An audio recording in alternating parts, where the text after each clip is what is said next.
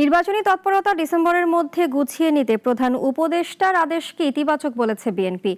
জাতীয় প্রেসক্লাবে এক আলোচনায় দলটির মহাসচিব বলেন, বিএনপি সংস্কারের বিপক্ষে নয়। আর জামায়াত সহ অন্যান্য দলের নেতারা নির্বাচন নিয়ে শঙ্কা প্রকাশ করেন। জাতীয় প্রেসক্লাবে বিএফইউজে ও ডিইউজের যৌথ উদ্যোগে আয়োজন করা হয় জুলাই ছাত্র জনতার অভ্যুত্থানে সাংবাদিকদের ভূমিকা শীর্ষক আলোচনা সভা। বিএনপি, জামায়াত সহ বেশ কিছু রাজনৈতিক দলের নেতারা এতে অংশ নেন। তুলে ধরেন 15 বছরের ফ্যাসিস্ট আমলে দেশের অবস্থা।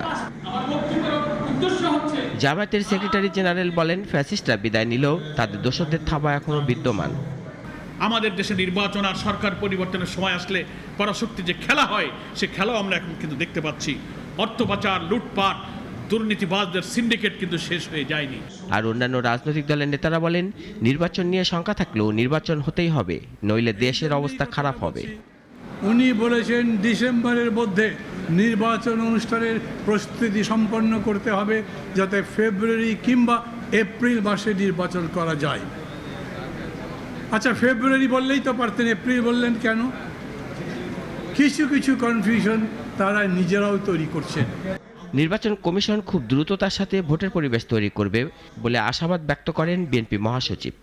প্রফেসর ইউনূসকে ধন্যবাদ দিতে চাই এই ফোরাম থেকে, যে তিনি নির্দেশ দিয়েছেন ডিসেম্বরের মধ্যে নির্বাচনের সব কাজ গুছিয়ে রাখার জন্য নির্বাচন কমিশনকে। এটা একটা অত্যন্ত ইতিবাচক ব্যাপার, and he deserves thanks for that. আমরা আশা করব যে নির্বাচন কমিশন এই কাজটা খুব দ্রুততার সঙ্গে শেষ করে তার নির্বাচনের একটা পরিবেশ তৈরি করবেন। সংস্কার বিষয়ে মির্জা ফখরুল বলেন, বিএনপি সবসময় সংস্কারের পক্ষে। ঘোষণাপত্রের মতামত জমা দেওয়া হয়েছে বলেও জানান তিনি। আমাদের জন্ম সংস্কারের মধ্য দিয়ে, তাই আজকে যদি বলা হয় যে বিএনপি সংস্কার আটকে দিচ্ছে, এটা আমি মনে করবো যে অত্যন্ত অন্যায়ভাবে এটা বলা হচ্ছে।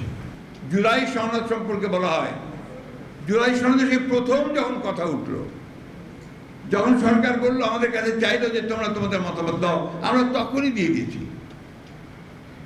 এরপরে এখন আবার কয়েকদিন আগে সরকারের তরফ থেকে আমাদের কাছে মতামত চাওয়া হয়েছে, আমরা গতকাল রাত্রে সেই মতামত পুরো দিয়ে দিয়েছি।